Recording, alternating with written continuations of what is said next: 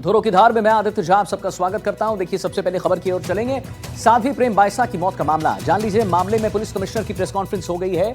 लापरवाही के कारण प्रेम बाइसा की मौत हुई है। स्पेशल इन्वेस्टिगेटिंग टीम की जांच में खुलासा हुआ है और अस्थमा के बाद साध्वी को कार्डियक अरेस्ट आया, ऐसा कमिश्नर साहब कह रहे हैं। कार्डियक अरेस्ट से साध्वी की मौत हुई, यह भी कमिश्नर का कहना है। कंपाउंडर देवी सिंह की लापरवाही सामने आई है। अब आगे की जांच की जाएगी, कानूनी कार्रवाई की जाएगी और मामले में साध्वी के पिता की भूमिका को नकारा गया है। जो एक बात सामने आ रही थी कि कहीं ना कहीं साध्वी के पिता की भूमिका है, उस बात को पूरी तरह से नकार दिया गया है। साध्वी के पिता की पोस्ट का कोई कनेक्शन नहीं है, ऐसा कमिश्नर साहब का कहना है। पिता का कोई मेलेफाइड इंटेंशन नहीं सामने आया है। 12 तारीख को हमें एफएसएल और हिस्टोपैथोलॉजिकल रिपोर्ट प्राप्त हुई। उसके बाद हमने जो हमारी मेडिकल बोर्ड है उसको एफएसएल और पैथोलॉजिकल रिपोर्ट भेजी। उसमें कॉज ऑफ डेथ आया due to shock as a result of cardiopulmonary arrest due to pulmonary pathology, और उसमें उन्होंने लिखा हुआ है अस्थमा ऑब्लिक सीओपीडी। तो मैं बताऊं, जो कॉज ऑफ डेथ उन्होंने बताया है कि इनको फेफड़े से संबंधित कोई बीमारी थी और उस कारण से कार्डिक अरेस्ट आया, पल्मोनरी अरेस्ट आया और उस कारण से शॉक जनरेट हुआ और उनकी मृत्यु हुई। एक तथ्य सामने आया कि जो इंजेक्शन दिया गया है देवी सिंह जो कंपाउंडर है उनके द्वारा, तो उसमें ड्रग रूल की अवहेलना पाई गई, जो कि जो मेडिसिन दिए गए थे वो शेड्यूल एच में आते हैं और उसको एक प्रिस्क्राइब्ड मेडिकल प्रेडिक्शनर ही दे सकता है, जो कि शेड्यूल ड्रग है। नेशनल मेडिकल कमीशन एक्ट 2019 की भी अवहेलना पाई गई, जो कि वो रजिस्टर्ड प्रैक्टिशनर नहीं थे।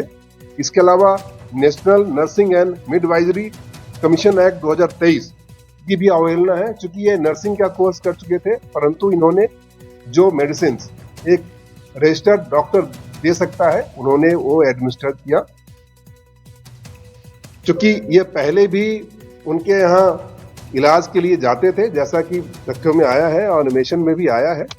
इनके नॉलेज में था कि किन मेडिकल कंडीशंस में वो गुजर रही हैं।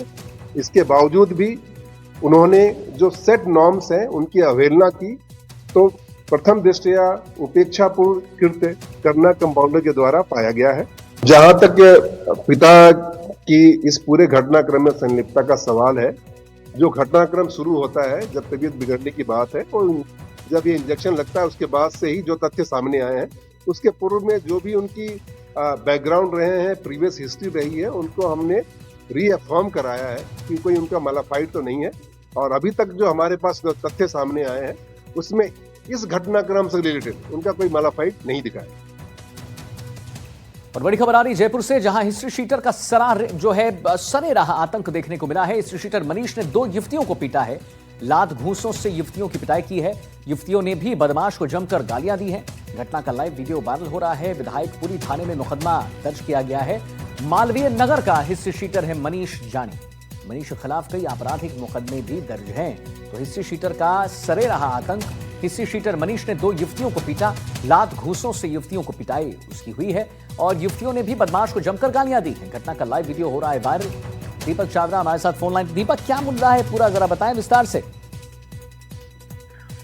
तो देखिए, गालियां तो जो है वो म्यूट कर दी है और 3 वीडियो वायरल हुए हैं। बेसिकली 2 वीडियो मान सकते हैं कि एक वीडियो तो हिस्ट्री शीटर मनीष सैनी लात घोंसों से इन युवतियों की पिटाई कर रहा है, हाथ मोड़ रहे हैं। तो दूसरा वीडियो में आप देख सकते हैं कि वो होटल के किसी फ्लैट या होटल के अंदर है और युवतियां उसे गाली बक रही है, उसको चैलेंज कर रही है, उसको बता रही है कि वो उसकी बदमाशी या उसकी हरकतों से नहीं डरती है। और दूसरा वीडियो जो युवतियों से वो मारपीट कर रहा है। मनीष सैनी का पूरा घटनाक्रम में 26 दिसंबर का है। वीडियो वायरल हुआ है। वीडियो वायरल होने के बाद अब पुलिस तक पहुंचा है। पुलिस ने मुकदमा दर्ज कर लिया है। विधायकपुरी थाने में मुकदमा दर्ज हुआ है। मनीष सैनी पर आर्म्स एक्ट, लूट, मारपीट, इस तरह से दर्जनों मुकदमे दर्ज है। और बेसिकली वो मालवीय नगर क्षेत्र का हिस्ट्री शीटर है और यूं कहे कि कई बार वो जयपुर पुलिस की हत्या चढ़ चुका है, कई बार गिरफ्तार भी हो चुका है। लेकिन इस बार बदमाश ने अपनी बदमाशी महिलाओं पर दिखाई है, महिलाओं से मारपीट की है।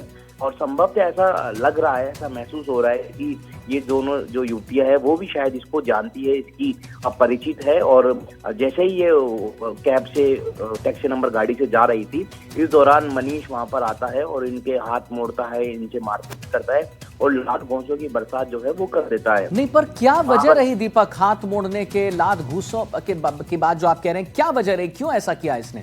क्या कोई पुरानी रंजिश थी क्या? देखिए, जैसा कि मैंने कहा कि वीडियो 2 वायरल हो रहे हैं। एक में जो लड़कियां है दोनों, वो इसको गाली गलौज कर रही है, इसको चैलेंज कर रही है। तो संभव से ये परिचित है, आपस में पुराना इनका परिचय हो सकता है या संभव से फ्रेंड्स भी हो सकते हैं। तो बस इसी बात पर जो है वो ये झगड़ा हुआ होगा, छोटी सी बात हुई होगी और उसके बाद मनीष सैनी ने अपना बल का प्रयोग किया है। जो अपने आप को एचएस बोलता है, हिस्ट्री शीटर बोलता है, उसने महिलाओं पर हाथ उठाया है। तो अब ये कहीं ना कहीं महिला अत्याचार के खिलाफ है, महिला अत्याचार से जुड़ा हुआ है। और राजस्थान सरकार और जयपुर पुलिस हमेशा से इस तरह के जो अपराध है, विशेष तौर पर जो महिलाओं से जुड़े होते हैं, उसे टॉलरेट नहीं करती है। पहले से ही मनीष सैनी की तलाश जारी है, कई मुकदमे में ये वांछित भी चल रहा है, तो इसकी तलाश जारी है। लेकिन अब ये वीडियो वायरल होने के बाद नया इसके खिलाफ मुकदमा दर्ज हो गया है। अब दोबारा से इसकी तलाश जो है पुलिस ने तेज कर दी है। विधायकपुरी थाने में मुकदमा दर्ज हुआ है और संभवतः शराब के नशे में भी आप ये संभवतः मान सकते हैं कि मनीष सैनी शराब के नशे में रहा होगा और इसलिए इस वारदात को इसने अंजाम दिया हो। हालांकि जब इसको गिरफ्तार करेगा तो एक्चुअल वजह तो यही बता सकता है इसने क्यों मारपीट की। लेकिन महिलाओं ने भी अगर इसको गाली बकी होगी तो महिलाओं को मारना पीटना, वो भी बीच रोड पर, वो इसको अधिकार नहीं है। तो इसने लॉ एंड ऑर्डर अपने हाथ में लिया है। राजस्थान में, जयपुर में लॉ एंड ऑर्डर बिगाड़ने की कोशिश की है और एक मैसेज किया है कि महिलाओं के साथ इस तरह से जयपुर ठीक है, नहीं बिल्कुल सही कह रहे हैं आप, ये बिल्कुल एक अच्छा मैसेज नहीं देता है। और अब आगे बढ़े जरा हम डीडवाना से बड़ी खबर आप जान लीजिए। बुजुर्ग का दिन दिहाड़े अपहरण हुआ है। जानकारी मिलते ही एक्शन में पुलिस आ गई है। अपहरण के मात्र 6 घंटे में सकुशल बरामद हो चुके हैं ये बुजुर्ग। पुलिस की 6 टीमों ने कार्रवाई की है। बदमाशों का पीछा कर बुजुर्ग को चंगुल से छुड़ाया गया है। साइबर टीम ने तुरंत लोकेशन ट्रेस कर कार्रवाई को अंजाम दिया है। बदमाश विष्णु उर्फ बल्लू राजपुरा पर अपहरण का आरोप है। आरोपियों ने मनोहर सिंह का खेत से अपहरण किया था। व्हाट्सएप कॉल पर भी बदमाशों ने धमकी दी थी। बदमाश के खिलाफ 27 से ज्यादा मामले दर्ज हैं। तो बुजुर्ग का दिन दिहाड़े अपहरण होता है, लेकिन उसके बाद उन्हें 6 घंटे बाद सकुशल बरामद किया जाता है। तलाश के लिए प्रयास जारी है। ये जो विष्णु सिंह है, बबलू है, बहुत बदमाश है, जिसके खिलाफ लगभग 27 मुकदमे पहले दर्ज है। ये हार्डकोर अपराधी है। ये जिसके लोसल थाना हल्का सेक्टर का रहने वाला है, जो वर्तमान में जयपुर रहता है। हमारे साथ इस खबर पर जुड़ गए। साइबर टीम ने तुरंत लोकेशन ट्रेस करके कार्रवाई को अंजाम दे दिया। लेकिन जरा बताइए, ये विष्णु उर्फ बल्लू जो है ज़हीर, क्यों अपहरण किया उन्होंने? के अनुसार जो बात सामने आ रही है उसमें बताया जा रहा है कि जो मुख्य आरोपी विष्णु उर्फ बल्लू राजपुरा है, बताया जा रहा है कि इसकी बहन को मनोहर सिंह के पुत्र पर भगाकर ले जाने का आरोप है। इससे नाराज होकर का आरोपी ने अपने साथियों के साथ मिलकर मनोहर सिंह का अपहरण किया था। मनोहर सिंह उस समय अपने खेत में थे, गिरधारीपुरा गांव में उस उनका खेत है। तभी ये बदमाश वहां पहुंचे और जबरन मनोहर सिंह को गाड़ी में डालकर ले गए। इस मामले में जो मुख्य आरोपी विष्णु उर्फ बल्लू राजपुरा है, वो प्रदेश का सक्रिय बदमाश है। उसके खिलाफ अलग अलग पुलिस थानों में 27 मुकदमे दर्ज हैं, जिससे पुलिस को अनहोनी की आशंका हुई और मामले की गंभीरता को देखते हुए पुलिस फिर बाद में तुरंत हरकत में आई। पुलिस की 6 टीमों ने पूरे जिले में संयुक्त ऑपरेशन चलाया और बदमाशों की तलाश शुरू की। साइबर टीम की मदद से लोकेशन ट्रेस की, बदमाशों की घेराबंदी की, जिससे बदमाश घबरा गए और अंततः मनोहर सिंह को छोड़ करके फरार हो गए। इसके बाद पुलिस ने जो है मनोहर सिंह को दस्तयाब कर लिया। अब पुलिस जो है सभी आरोपियों को पकड़ने में जुटी है, पुलिस उनकी तलाश में जुटी है। जी चलिए ठीक है, बहुत बहुत धन्यवाद आपका महत्वपूर्ण जानकारी देने के लिए ज़हीर। अब आगे बढ़े, श्रीगंगानगर से बड़ी खबर जानिए।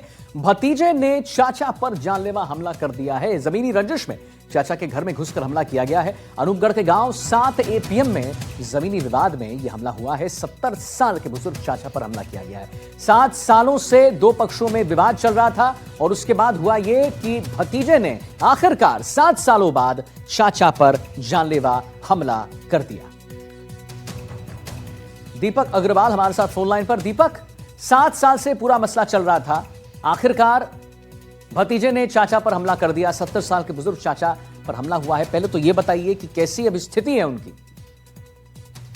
जी बिल्कुल, आपको बता दूं कि रामेश्वर पर अचानक हुए हमले के कारण उसके दोनों पैर फ्रैक्चर हो गए और फ्रैक्चर होने के बाद डॉक्टर ने जिला सरकारी अस्पताल से उन्हें हायर सेंटर के लिए रेफर कर दिया। आपको पूरा मामला बता दूं कि रामेश्वर का अपने भतीजे सेठी के साथ जमीनी विवाद चल रहा है और रामेश्वर के अनुसार इस जमीनी विवाद को लेकर कोर्ट ने रामेश्वर के फेवर में स्टे भी जारी किया है, मगर रामेश्वर ने आरोप लगाया कि आज दोपहर करीब 2-2:30 बजे उसका जो भतीजा है सेठी 10-15 लोगों के साथ 2 गाड़ियों में सवार होकर आए और उनके हाथों में हथियार थे।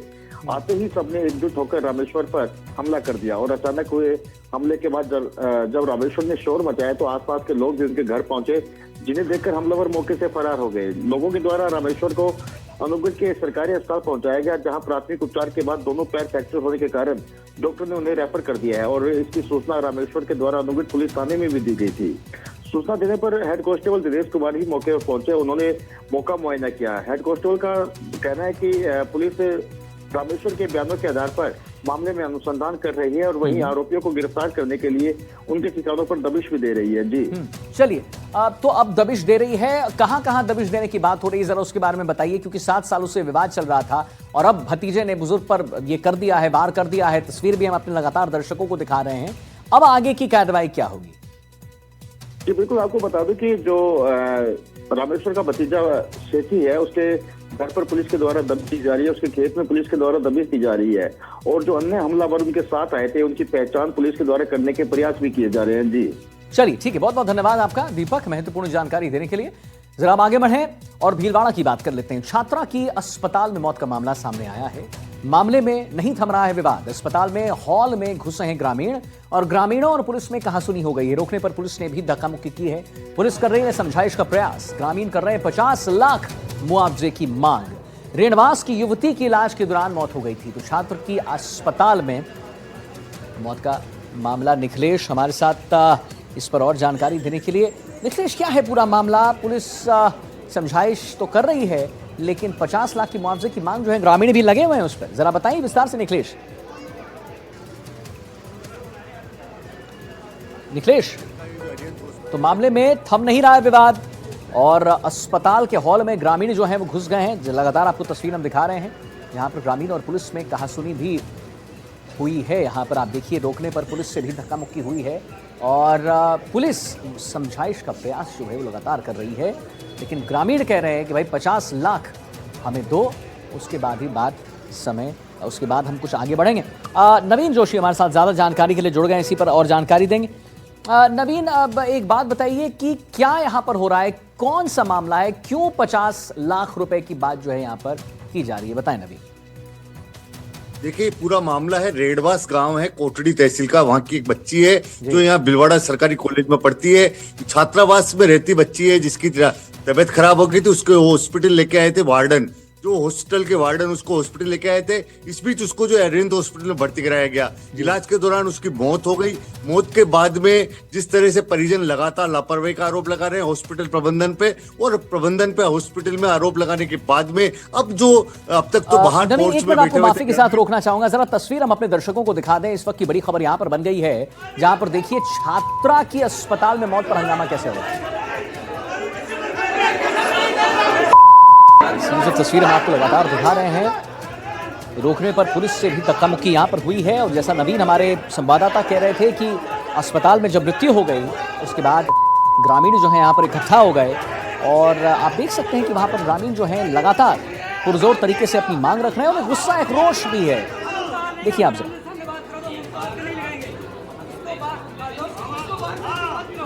तो आखिर मौत क्यों हुई अस्पताल में? अस्पताल प्रशासन पर एक बड़े सवाल और एक गुस्सा, एक रोष। रोकने पर पुलिस से भी धक्का मुक्की कैसे हो रही है आप देख ही रहे हैं, गुस्सा आप देख ही रहे हैं। छात्रा की अस्पताल में मौत पर हंगामा कैसे हुआ है वो आप देखते हैं। अस्पताल के हॉल में ग्रामीण घुस गए हैं और 50 लाख रुपए मुआवजे की मांग कर रहे हैं। और उससे पहले एक गुस्सा है, रोष है। नवीन जी हमारे साथ लगातार जुड़े हुए हैं। नवीन, ये गुस्सा है, एक रोष है, क्या कहना है उनका? जरा इसके बारे में बताइए। आप जब जानकारी दे रहे थे बताएं, इसको विस्तार से बताएं। देखिए अभी जिस तरह से पहले तो कुछ लोग ही मौजूद थे यहाँ पर, मगर लगातार भलाई समाज जो मेघवाल समाज है उसके काफी संख्या में लोग यहाँ जमा हो गए, युवा यहाँ जमा हो गए।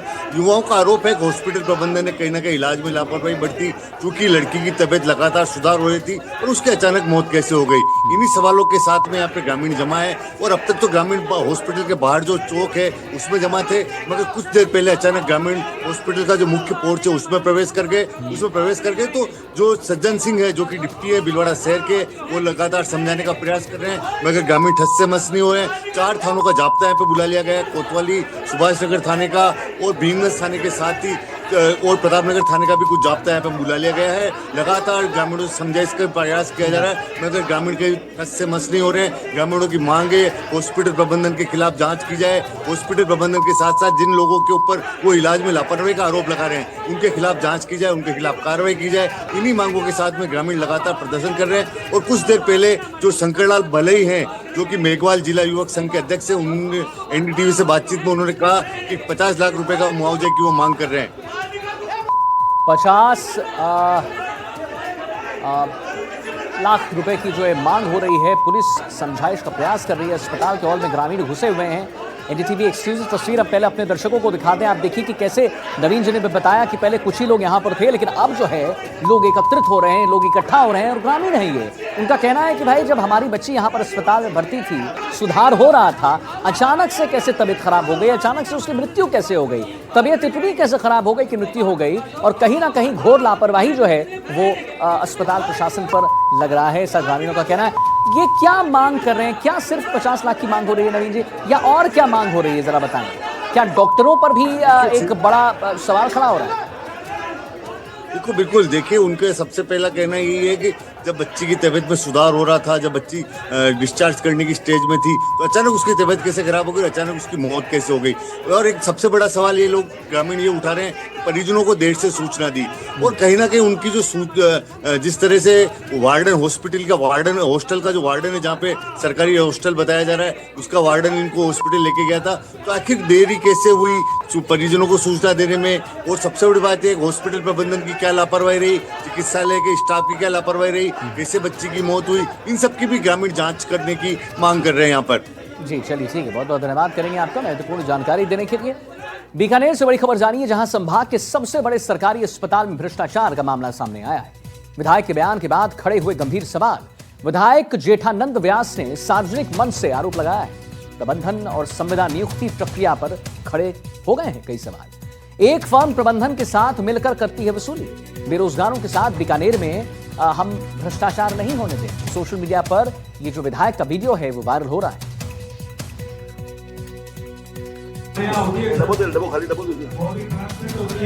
और इसमें यदि कोई एजेंसी कोई गलत काम कर रही है तो सब कार्रवाई की जाएगी। ये हमारी कोशिश रहेगी और हम इसको मेंटेन करने की कोशिश करेंगे। बड़ी खबर जयपुर से। कांग्रेस नेता एमडी चोपदार का बालमुकुंदाचार्य पर निशाना है। बालमुकुंदाचार्य को बताया शांति व्यवस्था के लिए खतरा। शांति व्यवस्था को बिगाड़ने का काम कर रहे हैं विधायक। तो जयपुर से बड़ी खबर, कांग्रेस नेता एमडी चोपदार का बालमुकुंदाचार्य पर निशाना। बालमुकुंदाचार्य को बताया है शांति व्यवस्था के लिए खतरा। शांति व्यवस्था को बिगाड़ने का विधायक जी काम कर रहे हैं, ऐसा इनका कहना है। शांति भंग करने के अलावा शहर में लोगों में भेदभाव पैदा करने के अलावा बाबा के पास कोई काम भी नहीं है।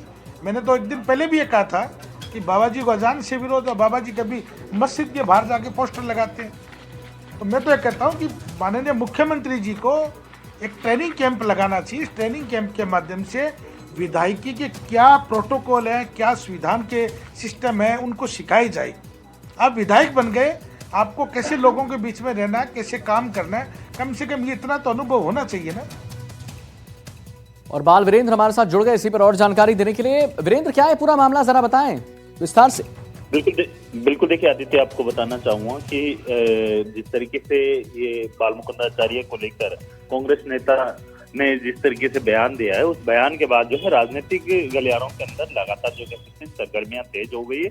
और इसके साथ ही जो है उनका साफ तौर पे जो है बालमुकुंदाचार्य के द्वारा जो लगातार जिस तरीके से आपने देखा होगा कि अल्पसंख्यक को लेकर जिस तरीके से उनकी जो सोच रहती है, जो उनकी कार्य प्रणाली रहती है, उसको लेकर जो है यहाँ पर चौकीदार जो कि कांग्रेस के नेता हैं उनके द्वारा जो है सवाल उठाए गए हैं और उनका साफ तौर पे जो है खुले मंच पर जो है उन्होंने चेतावनी भी दी है कि अगर उनके द्वारा कोई भी 4 ऐसे मंदिरों के नाम गिनवाए जो उनके द्वारा जो कह सकते हैं उनका मंदिरों का जीर्णोद्धार है वो किया गया है, तो ऐसे कई सवाल हैं उनके द्वारा उठाए गए हैं। साथ ही जो है उनका साफ तौर पे ये भी कहना है कि जो कांग्रेस है वो उनको जो है सीरियस नहीं लेती है और मुख्यमंत्री जी से भी उन्होंने रिक्वेस्ट की है कि लिखित के अंदर क्या है कि उनको विधायकी किस तरीके से की जाती है, किस तरीके से जो है जनता के बीच में जनता के मुद्दों को उठाया जाता है, ऐसे कई सवाल हैं उनके द्वारा उठाए गए हैं। तो इसके साथ ही जो है अब देखने वाली बात ये होगी कि इस पूरे बयान के बाद जो है बालमुकुंदाचार्य हैं उनका क्या रुख रहता है वो देखने वाला होगा। जी आदित्य। चलिए ठीक है, बहुत बहुत धन्यवाद आपका महत्वपूर्ण जानकारी देने के लिए। और अब आगे बढ़ेंगे, जयपुर से एक बड़ी खबर जान लीजिए। सीएम आवास पर बोर्ड ऑफ इन्वेस्टमेंट की 6वीं बैठक, 10 अल्ट्रा मेगा परियोजना को कस्टमाइज पैकेज की मंजूरी है। उद्योग एवं वाणिज्य मंत्री राजवर्धन राठौर की भी वहां मौजूद रहेंगे। उद्योग जगत के वरिष्ठ अधिकारी उपस्थित रहेंगे। तो जयपुर से बड़ी खबर, सीएम आवास पर बोर्ड ऑफ इन्वेस्टमेंट की 6वीं बैठक, 10 अल्ट्रा मेगा परियोजना को कस्टमाइज पैकेज की मंजूरी। उद्योग एवं वाणिज्य मंत्री राजवर्धन राठौर भी मौजूद रहेंगे। उद्योग जगत के वरिष्ठ अधिकारी भी यहां पर उपस्थित रहने वाले हैं।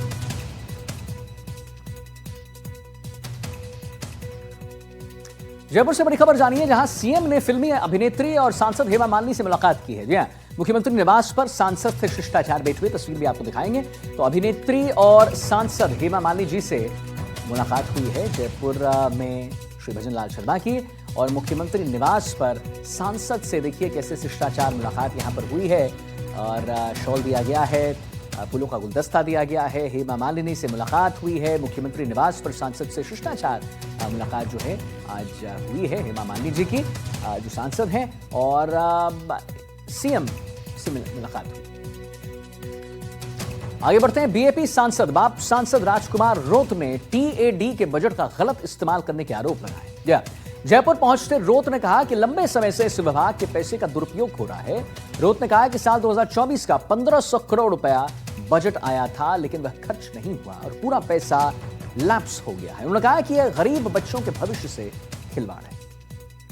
देखो, बाप पार्टी का इशू नहीं है। मैं जहां तक समझा, वहां पर जो लोग अवैध धंधे करते हैं, आदिवासियों की जमीनें हड़पते हैं, सरकारी योजनाओं में भ्रष्टाचार करते हैं, इनके खिलाफ बाप पार्टी मजबूती से लड़ रही है। उस बात से दिक्कत है, न कि बाप पार्टी से दिक्कत है। बाप पार्टी सच्चाई के साथ, गरीब आदिवासी दलित पिछड़ों के साथ हक अधिकार के लिए लड़ रही है। इसलिए क्योंकि ये जो मामला है जमीनों वाला, ये दूसरे नहीं उठाएंगे, हमें उठाएंगे। खबर जोधपुर से है, जहां विधानसभा अध्यक्ष वासुदेव देवनानी पहुंचे हैं। जोधपुर एयरपोर्ट पर उन्होंने मीडिया से बात करते हुए विधानसभा में एक विधायक के गंदे इशारे के सवाल पर कहा कि अभी मैंने वह वीडियो देखा नहीं है। वीडियो देखने के बाद जो भी उचित कार्रवाई होगी वह कार्रवाई कर दी जाएगी। सत्र ज्यादा दिन चले, इसको लेकर क्या चल रहा है? कोशिश चल रही है, मुझे लगता है कि सत्र पहले की तुलना में ज्यादा दिन चलेगा, और इस बार अभी तो शुरू हुआ है, तो मैं समझता हूँ ये पिछले वर्ष की तुलना में अधिक दिन चलेगा। खबर पाली से है, जहां के सुमेरपुर उपखंड क्षेत्र की अनोपपुरा ग्राम पंचायत में केंद्र और राज्य सरकार द्वारा स्वीकृत विभिन्न विकास कार्यों का लोकार्पण किया गया। कार्यक्रम में कैबिनेट मंत्री जोधाराम कुमावत मुख्य अतिथि के रूप में उपस्थित रहे, और इस अवसर पर पंचायत लर्निंग सेंटर का उद्घाटन कर मंत्री ने कंप्यूटर प्रशिक्षण ले रहे विद्यार्थियों से संवाद किया और व्यवस्थाओं की जानकारी भी प्राप्त की। एक बार हम मिले थे सुमेरपुर के अंदर और आपने तुरंत इलाज करने का काम हमने पहली बार किया है। राजस्थान की सरकार ने पहली बार शुरू किया है। ये आज तक कभी नहीं हुआ, पहली बार हम पशुपालक के घर जाकर के इलाज करने का काम कर रहे हैं। साथ ही साथ में जैसे पशुओं का पहले बीमा नहीं होता था, लेकिन मनुष्य का तो बीमा होता था, लेकिन पशुओं का बीमा नहीं होता था। हमने पशु बीमा, मुख्यमंत्री मंगला पशु बीमा योजना शुरू की, और उस मुख्यमंत्री मंगला पशु बीमा योजना में 2 गाय, जिसके घर में गाय है वो गाय का करा सकता है, गाय नहीं है तो 2 भैंस का करा सकता है, भैंस नहीं है तो 10 बकरी का करा सकता है। खबर ब्यावर से है, जहां के दौरे पर कैबिनेट मंत्री अविनाश गहलोत पहुंचे हैं, जहां उन्होंने बजट को महिला सशक्तिकरण और विकास को समर्पित बताया है। ब्यावर जिले के प्रमुख घोषणाओं का भी गहलोत ने बखान किया। जिसमें राजकुमारी अमृत कौर जिला चिकित्सालय में आधारभूत संरचना एवं सीवरेज कार्य हेतु 15 करोड़ रुपए, बाराखेड़ा ब्यावर प्राथमिक स्वास्थ्य केंद्र को सामुदायिक स्वास्थ्य केंद्र में जो है जवाजा ब्लॉक सहित विभिन्न क्षेत्रों में तालाबों की मरम्मत एवं नहरों के जीर्णोद्धार हेतु 35 करोड़ रुपए का प्रावधान शामिल। और खबर कोटा से आगे बढ़ेंगे, जहां लोकसभा स्पीकर ओम बिरला और ऊर्जा मंत्री हीरालाल नागर कनवास क्षेत्र के दौरे पर रहे।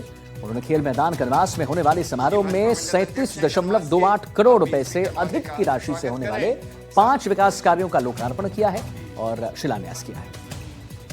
निश्चित रूप से सांगोद इलाके के अंदर इस 2 वर्ष के बजट में 500 करोड़ के काम हुए, जिसमें चाहे हर खेत का पानी हो, हर घर तक नल हो, बिजली हो, रोड कनेक्टिविटी हो, छोटे हॉस्पिटल हो, पीएचसी हो, सीएचसी हो, और उसके साथ साथ छोटे छोटे गांव के अंदर जो गांव रोड से अभी तक कनेक्ट थे उन सारे गांव में रोड कनेक्टिविटी, और रोड कनेक्टिविटी के साथ हाईवे कनेक्टिविटी, ताकि ये रोड कनेक्टिविटी गांव से निकलेगी, highway connectivity Delhi Bombay corridor से मिलेगी, ताकि आने वाले समय में रोड कनेक्टिविटी समृद्धि खुशहाली लाती है, इस दिशा को काम कर। जो दूर दराज जाकर के पढ़ाई नहीं कर सकते, ऐसे गरीब परिवारों की बच्चियों को अपना भविष्य उज्जवल करने का एक अवसर मिलेगा।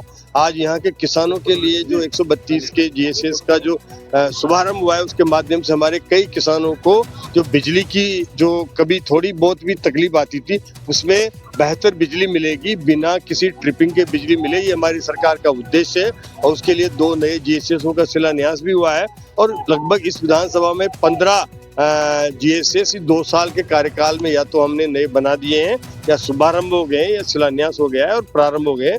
तो आने वाले समय में बड़े स्तर पर बिजली में की चमक पूरी विधानसभा में देखने को मिलेगी। तो देखिए यहां पर कैसे 37.28 करोड़ के 5 कार्यों का लोकार्पण हुआ है, शिलान्यास हुआ है। कनवास को मिली है विकास की सौगात, और यहां पर आप देख सकते हैं तस्वीरों में साफ दिख रहा है कि स्पीकर बिरला और मंत्री नागर ने सौगात दी। सीकर के रींगस से बड़ी खबर जान लीजिए। रींगस में प्रसूता और नवजात की मौत पर बवाल मच गया है। कार्रवाई की मांग को लेकर भड़का लोगों का आक्रोश। कार्रवाई की मांग को लेकर धरना जारी। अस्पताल के डॉक्टरों पर लगाया है लापरवाही का आरोप। पीएमओ और चिकित्सक दंपत्ति को हटाने की मांग उठ रही है। धरना स्थल पर कलेक्टर और सीएमएचओ को बुलाने की मांग उठ रही है। 8 घंटे से अस्पताल के बाहर धरना दे रहे हैं। 4 फरवरी को प्रसूता और नवजात की मौत हुई। डिलीवरी के बाद बिगड़ी थी तबीयत इनकी। तो रींगस से में प्रसूता और नवजात की मौत पर बवाल। कार्रवाई की मांग को लेकर भड़का लोगों का आक्रोश। कार्रवाई की मांग को लेकर धरना जारी है। अस्पताल के डॉक्टरों पर लगाया है लापरवाही का आरोप और पीएमओ और चिकित्सक दंपत्ति को हटाने की मांग भी जो है उठ रही है। अस्पताल के डॉक्टरों पर लगाया है लापरवाही का आरोप। पीएमओ और चिकित्सक दंपत्ति को हटाने की मांग उठ रही है। आप समझ जाइए, धरना स्थल पर कलेक्टर और सीएमएचओ को बुलाने की मांग उठ रही है। 8 घंटे से अस्पताल के बाहर धरना जारी है और 4 फरवरी को प्रसूता और नवजात की यहां पर मौत भी हुई थी। डिलीवरी के बाद बिगड़ी थी तबीयत। और आप समझिए कि कैसे यहां पर रींगस में प्रसूता और नवजात की मौत पर बवाल जो है मच गया है। कार्रवाई की मांग को लेकर भड़क गए हैं लोग। आक्रोश है, गुस्सा है। अस्पताल के डॉक्टरों पर लापरवाही का आरोप लग रहा है। बीएल सरोज जी हमारे साथ फोन लाइन पर। सरोज जी, धरना स्थल पर कलेक्टर भी मौजूद हैं। 8 घंटे से अस्पताल के बाहर धरना चल रहा है, क्या ये पूरा मामला दे रहा है? सरोज जी जरा विस्तार से जानकारी दें। देखिए आदित्य, आपको बता दूं कि 4 फरवरी को राजकीय उपजिला अस्पताल रींगस में एक प्रसूता को लाया गया था, जिसकी डिलीवरी हुई थी। नॉर्मल डिलीवरी करवाई गई थी और बच्चा भी था, लेकिन कहीं न कहीं जो परिजन आरोप लगा रहे हैं कि चिकित्सकों की गलती के चलते प्रसूता और उसके नवजात बच्चे की मौत हो गई थी। और सबसे बड़ी गलती ये कि अस्पताल प्रशासन ने कि बिना पोस्टमार्टम किए ही दोनों शव रवाना कर दिए, क्योंकि परिजनों का तो ये भी आरोप है कि दोनों को जब दोनों की डेथ हुई तो उसके बाद दूसरे हॉस्पिटल में रेफर किया गया। ये बहुत बड़ी गलती है। और जब वापस डेड बॉडी लेके आए तो रात को 1 बजे ही दोनों को रवाना कर दिया कि आप घर ले जाओ। ना पोस्टमार्टम किया, ना परिजनों को संतुष्ट किया। ऐसे में आज 10 दिन हो गए हैं और अब तक लगातार ना कोई FIR दर्ज हुई है, परिवार दे रखा है, और ना ही जो लापरवाह चिकित्सक थे दंपति संगीता चौधरी और सुनील कुमार, उनके खिलाफ कोई कार्रवाई। तो ऐसे में परिजनों का गुस्सा फूट पड़ा। परिजन सुबह 7 घंटे से लगातार धरने पर बैठे हुए हैं। विधायक सुभाष मील पहुंच चुके हैं। पूरा प्रशासन यहाँ मौजूद मौजूद है। और लेकिन अभी तक मांग है कि तीनों जो पीएमओ है उनको और जो चिकित्सक दंपति जो लापरवाही के आरोपी हैं उनको एपीओ किया जाए, ये मांग इनकी प्रमुख। आदित्य, चलिए ठीक है, बहुत बहुत धन्यवाद करेंगे सरोज जी आपका महत्वपूर्ण जानकारी देने के लिए। और इसी के साथ फिलहाल इस बुलेटिन में इतना ही। हम एक छोटे से ब्रेक के लिए रुक रहे हैं और हम तुरंत हाजिर हो रहे हैं। नमस्कार।